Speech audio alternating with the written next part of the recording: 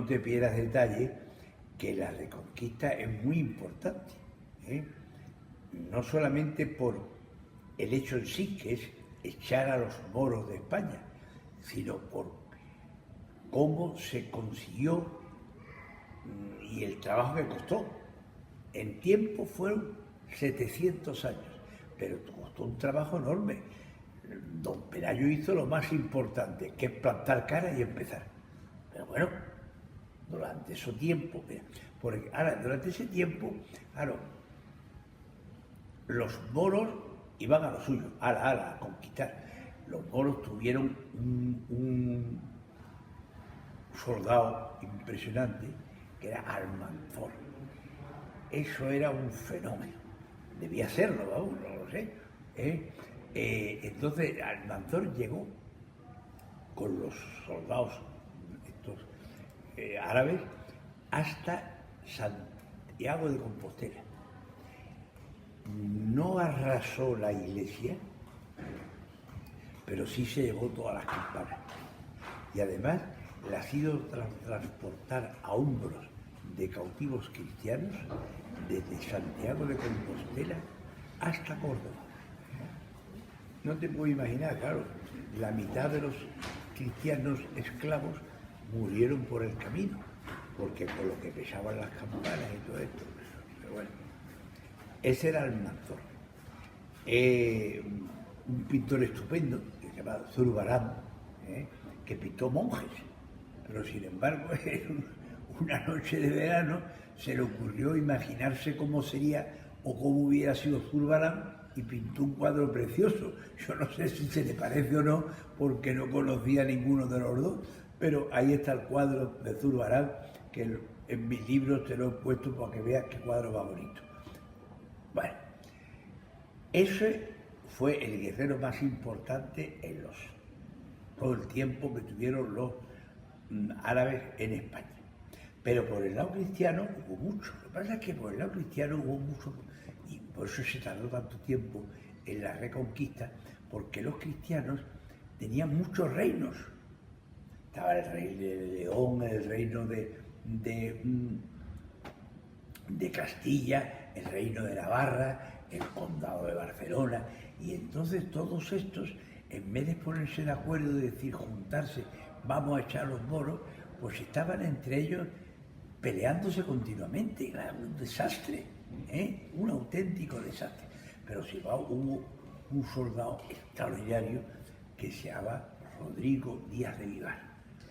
Fue el equivalente al Almanzor en los moros. Este fue un tío estupendo, estuvo al servicio del rey Alfonso VI, pero Alfonso VI yo creo que tuvo un poquito de envidia de él, o no sé qué y tal y cual, y lo desterró. Y entonces, pues tuvo él que por su cuenta buscarse la vida. Pero sin embargo, todo lo que fue conquistando, porque no perdió ni una sola batalla, todo para mi rey. La última batalla, lo último que conquistó fue el reino de Valencia, y allí murió, pero dicen que incluso después de muerto, eso dicen, a ver, como vieron que los moros iban a atacar no sé qué, los cristianos lo montaron en el caballo y lo soltaron por la playa, y los barcos que venían con moros de refuerzo se largaron nada más ver al Cid Campeador, no lo vieron, le dejaron muerto en lo alto del caballo. Tenía una espada, bueno, tenía dos, una tizona y la otra se llamaba colada, que era de repuesto. Pero las espadas eran, vamos, yo las he visto y a ti te llegan, son más altas que tú, y a mí me llegan casi hasta el pecho. Vamos, es que tiene una fuerza para... Bueno, era un tío fenomenal, su mujer se llama Doña Jimena y le gustaban mucho los mantecados. Por eso hay una marca de mantecado de Don Jimena.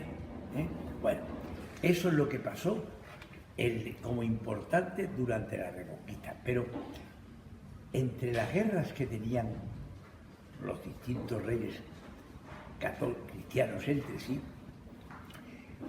algunos alguna vez se pusieron de acuerdo. Entonces hubo una fecha, otro hito histórico, después del 711, que es la invasión, hay otro momento histórico que es el 1212, acuérdate, 12-12, sin problema, en la que por primera vez se pusieron de acuerdo los cristianos entre sí para luchar todos juntos contra los moros, en la batalla de las Navajerosas.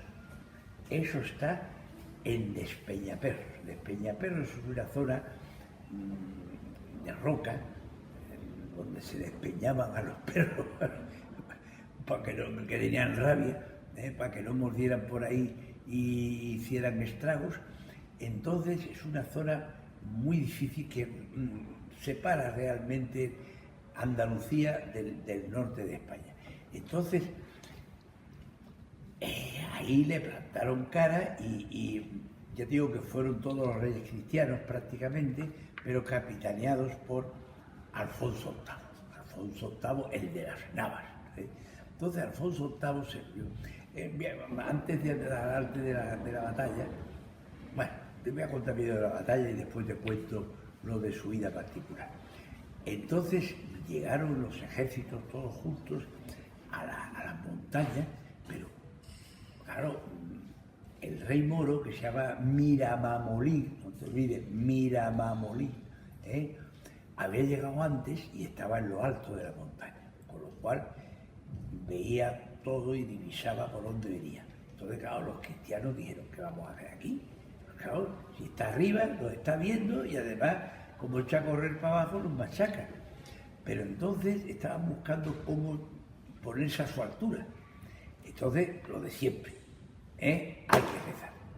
Entonces, el Alfonso VIII, pues empezó, rezaron a la Virgen, que es la madre de todos los cristianos, diciendo, vamos a ver cómo podemos subir, quién nos puede ayudar. Y entonces, pues parece ser, milagrosamente, se encontraron un cabrero que estaba por allí y le dijo, ¿ustedes qué quieren? ¿Subir ahí arriba? Ningún problema. Yo le voy a decir, para que no nos vean, yo voy a ir delante y en un sitio donde ponga yo un cráneo de vaca, por ahí tiran ustedes para arriba, y eso les llevará a lo alto de la montaña, a la misma altura o un poquito más alto que donde están los moros.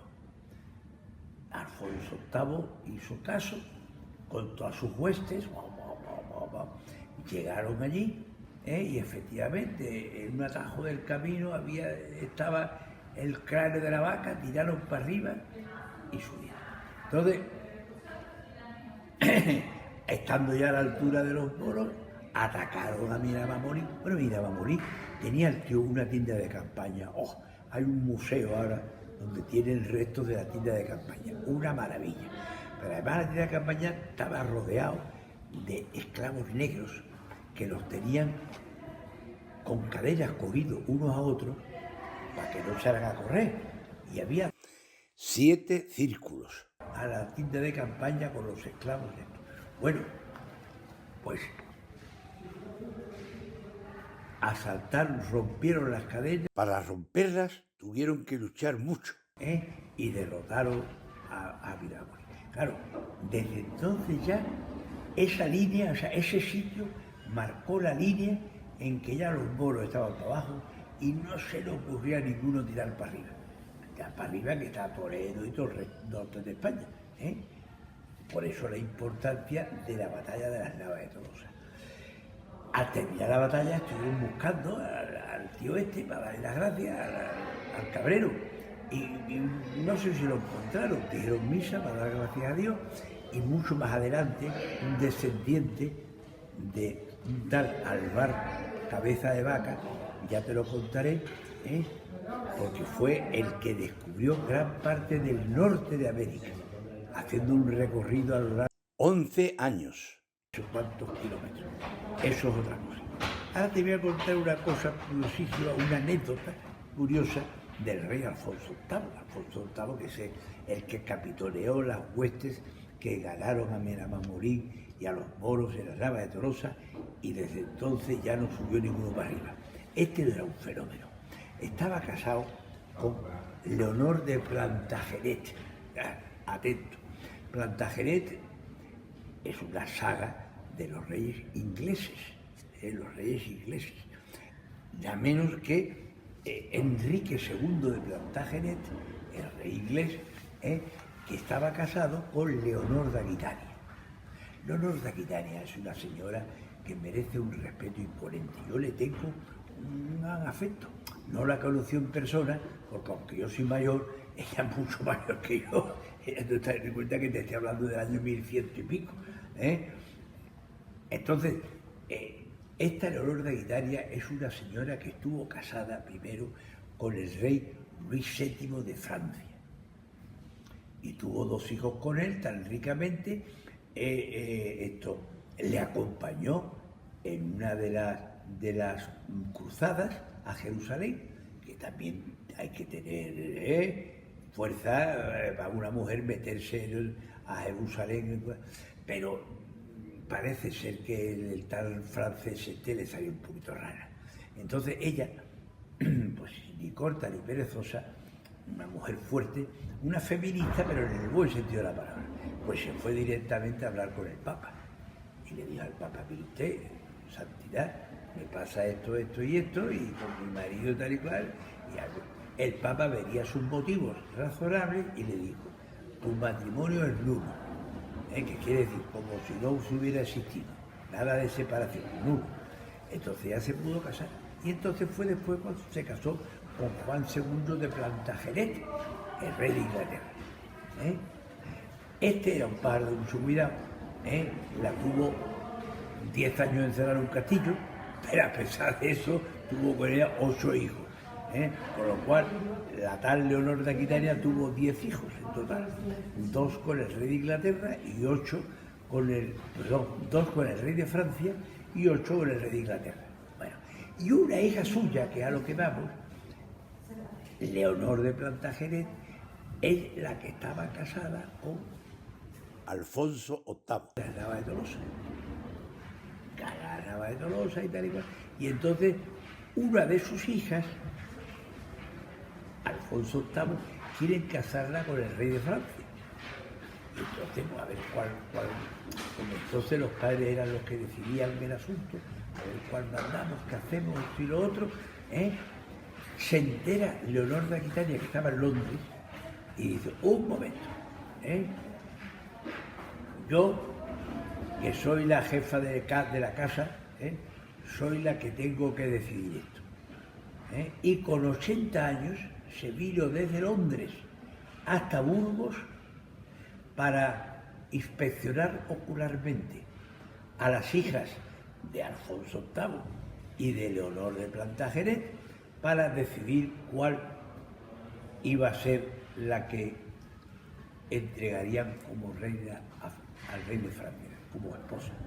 Entonces ahí la estuvo viendo y había 2 candidatas, que una era una urraca y otra era blanca. Pero entonces, por mucho sentido común, Leonor de Aquitania dijo: para Francia, blanca, porque si va mi nieta urraca, los franceses no van a saber pronunciarla en la vida. Con 80 años se hizo un viaje desde Londres hasta Burgos para seleccionar cuál iba a ser la futura reina de Francia. Ahora, guapísima, me vas a perdonar que nos vamos a ir a comer. Unos espetos, como Dios manda. Y a la tarde seguiremos. Venga, guapa, un abrazo. Chao.